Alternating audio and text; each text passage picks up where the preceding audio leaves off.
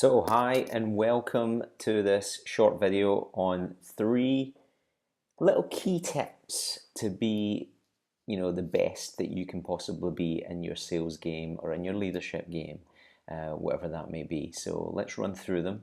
And the first thing that we're going to cover here is mindset. It's all about your head, what's going on in here.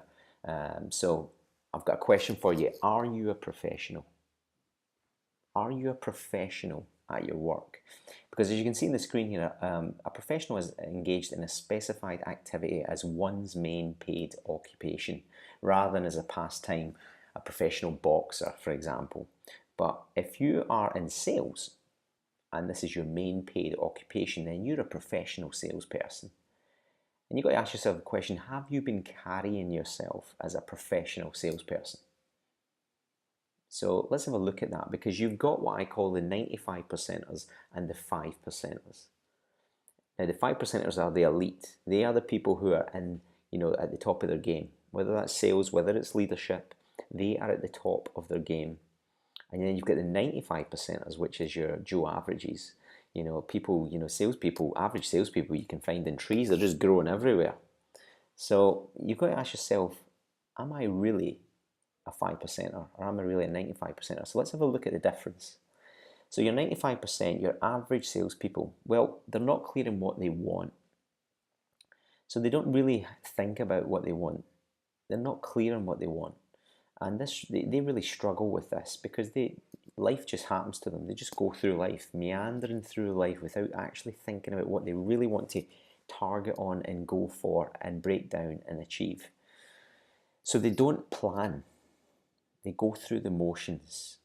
These are the people you see in sales centers all around the place, all around the world, where they turn up, they go through the motions, they can't wait to the weekend, all that kind of stuff. They don't plan what they actually want to execute for that day. They don't set daily intentions. Now, this is not to get mixed up with goal setting. Goals are great to set a big goal, and then all your process goals to achieving that, break it down, revisit them daily, weekly, whatever it takes, and keep revisiting them and breaking them down. Setting your intentions for the day just gets you in the frame of mind. It gets you in the zone.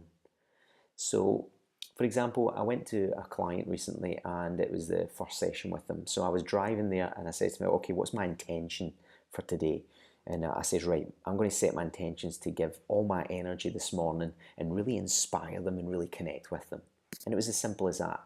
That got me in the zone, ready to actually deliver some really, really inspiring training. So you've got to set your intentions for the day. If you're in sales, what is your intention? Is it, for the first hour of calling to be absolutely laser focused, to switch off all distractions? Alerts, close the mobile, put it away. Set your intentions for that moment to get you into that frame of mind. The 95 percenters don't. So watch other lives rather than create their own.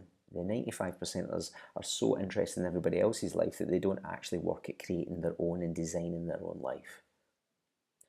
Now, there's a saying that says winners focus on winning and the losers focus on the winners. So have you been focusing on other things rather than your game and improving it?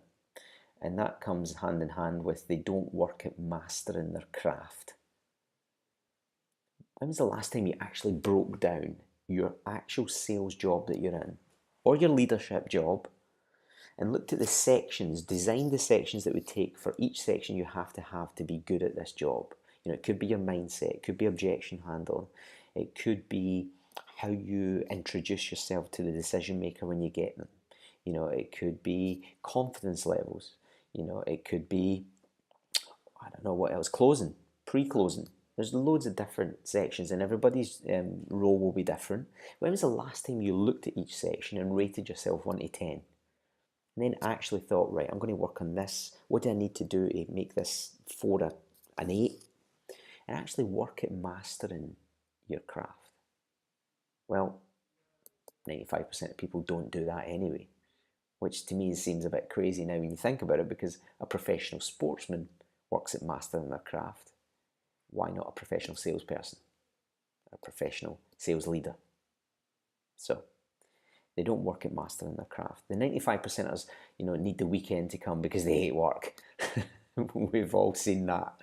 and we've probably been guilty of it ourselves from time to time, but they do it more often than not. They're meandering through life, I can't wait to the weekend to probably go out and, waste their money most of the time. But they don't enjoy the journey. They don't enjoy the process of, the work that they're achieving. Because when you're in your work, you shouldn't be asking, oh, what am I doing here? You should be asking, what are you becoming here? What are you becoming? You're laying those bricks day by day for your future house to live in, for your future life to live in. So you've got to ask yourself, what are you actually becoming there? They like to complain, bitch about others, more about the data, if that's the case, if you're in sales, or the leader, the manager, the company, I don't know, the resources, the time of year. So you'll find that the 95%ers like to complain a lot, and it doesn't serve them. But they do it because they don't think. And they have a negative mindset. So you'll find that they're in a lot more negativity rather than positivity if you look at it throughout the week. So, the 95%ers are in a more negative mindset rather than working at their game and actually being and not entertaining negativity and their inner talk, working on that, being more positive. So you'll find that 95%ers, the Joe averages are, more negative rather than positive. They don't set goals, or they don't even follow through on those goals, even if they've written them down. You might find some people at a goal session, they write their goals down and they don't revisit them. Oh, it ain't going to work. I've found that for me, and I was guilty of it as well, the best thing for me was to schedule it, to actually put these, break the goals down into process goals and schedule what you want to achieve from them. And life happens to them, they don't make life happen. So they just believe whatever happens in life is that's the way it is, and we can't do anything about it. But everything boils down to in here and in here, and you have the power to create and design the life that you want. And if you don't have it right now, that's your fault. That is your fault. You should take extreme ownership on this, and you should start putting in, because the funny thing about life is it gives you what you put in. It gives you what you put in. So you've got to be asking, be truthful with yourself and ask, have you been doing everything, or do you believe that it's just been happening to you? The 95%ers make their choices through feelings and emotions, not standards and goals. This is a game changer if you can get this. Now let me give you the simplest explanation for this. You decide that you're going to start working out and get the body that you've always wanted, the figure or the health that you've always wanted, and you're going to start tomorrow. You're going to start tomorrow, because everybody starts tomorrow.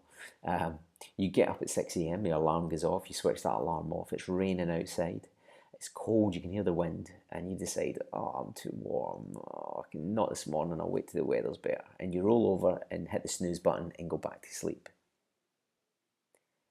You've just made your decision through your emotions and feelings in the moment rather than your standards and goals.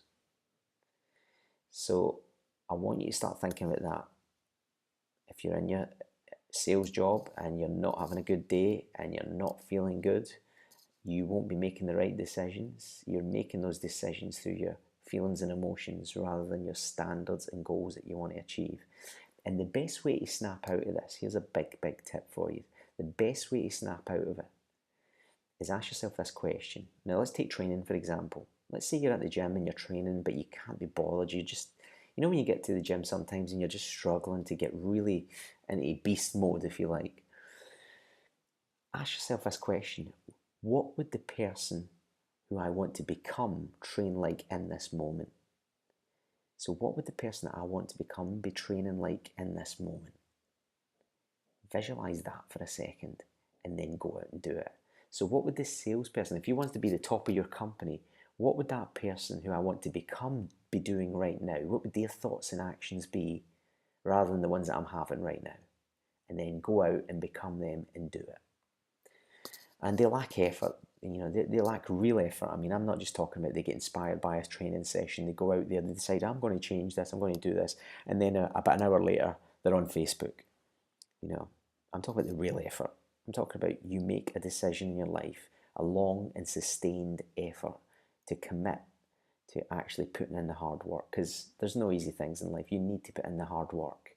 It needs to be usually long and sustained efforts to get the results that you're looking for, that only 5% of people get. So that's the 95% of people. And you don't want to be a 95%er. Well, I'm hoping not after seeing that. So how do you become a 5%er? Okay, well, you're crystal clear on what you want.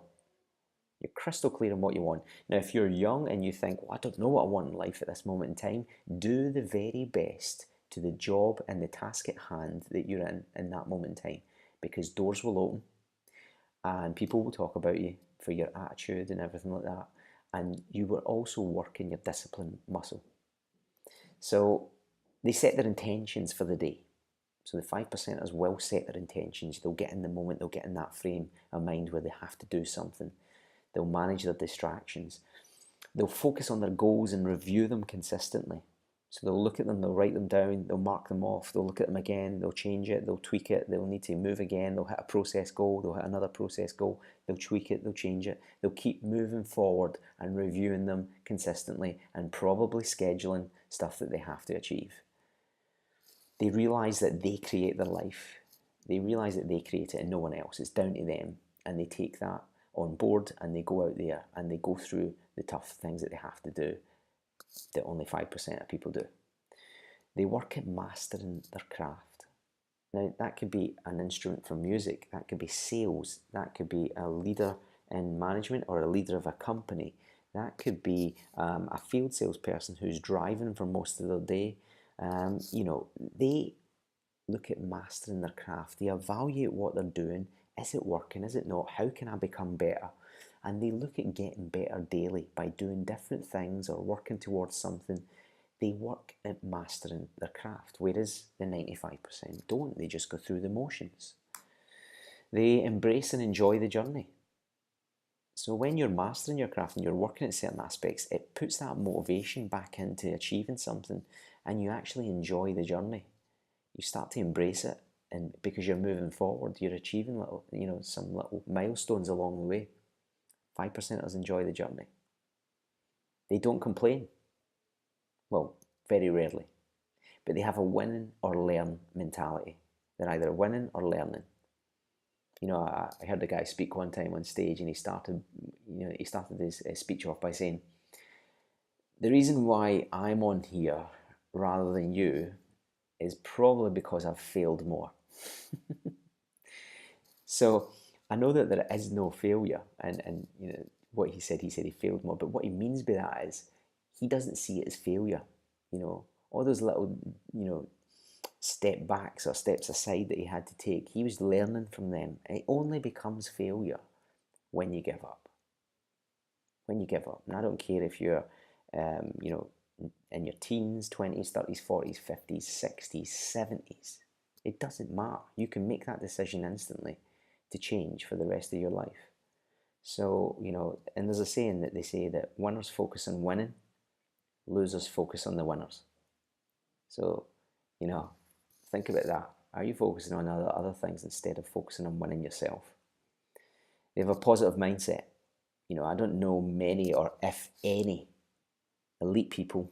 I'm talking about the elite, top of the chain sports players that I know, world champions, multi-millionaire businessmen. They have a more positive mindset than a negative mindset because they personally develop. As you can see here, they work on their personal development. And that could be reading books, it could be watching videos, buying programs, going to seminars, having a coach, having a mentor. But they work at personal development, whereas your 95%ers don't, or very rarely do. They have a be, do, have mentality.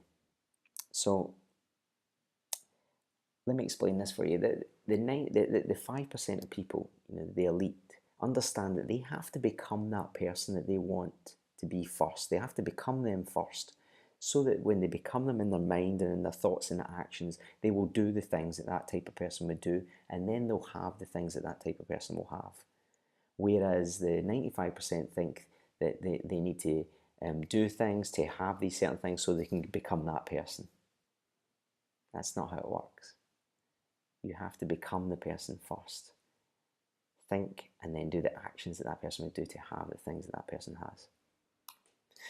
They make their choices through their standards and goals, so you don't need me explain that any further. They don't allow their emotions and feelings to make most of their choices, and when it gets hard and a decision's hard, but they know they should do it, they do it anyway. And they put in the real effort. They put in the real effort. They understand that it's going to take a long and sustained commitment to excellence, but they do it because they are in the 5% of the people, because they know that most people won't do it. And they want their life to be hard early on so that it's easy later in life. Whereas you'll find the 95%ers make their decisions, the easy decisions, and their life gets harder as it goes on. So this all equals success. So here's another thing for my second tip here on this short video that I want to show you, and that is when selling your product or service, please remember this, don't sell the feature or the features, whatever it is. Do not sell the features, sell the result that it's going to get, or the transformation that it's going to have, or the benefit that comes with it. Now I know you might be thinking, I know that, Stephen, but so many people still do this. They still sell the features, they oversell the features and forget that people don't buy features. People buy results. People buy transformations. That's the result. People buy the benefit to them. So you've got to sell the benefits. You've got to sell the results.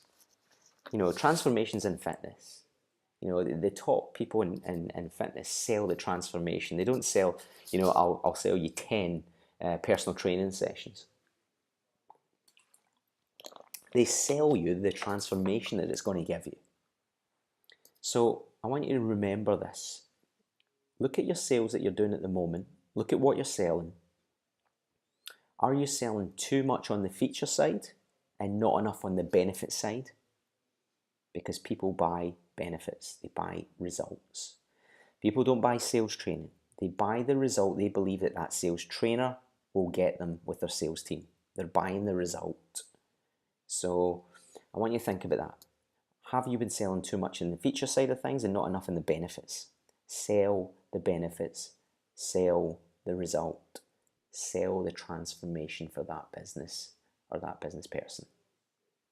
So that's tip number 2. And the last but not least, tip number 3 on this video, you'll see here, don't sell me something, solve me something. So that aligns with what we've just spoke here, about. But here's another thing.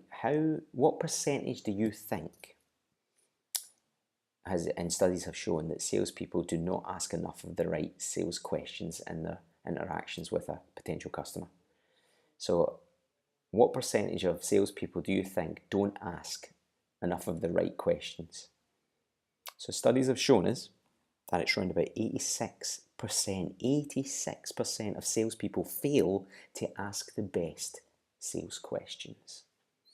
So I'm just going to show you one, because we could talk about questions and we could train on questioning skills for hours and hours and hours. But I'm just going to give you one tip that I want you to think about here on this quick video. And here it is. Ask questions about the knock-on effects of the problems you've revealed.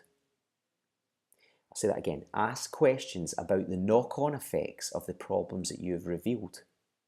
You may reveal a problem that they've got. The biggest mistake salespeople make is they jump from the problem when they reveal it to selling their solution. Ask about the knock-on effects that problem's been causing. It could be time and money. It could be the amount of work that is built up.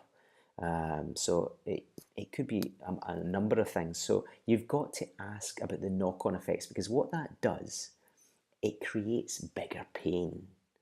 And with that pain comes emotion.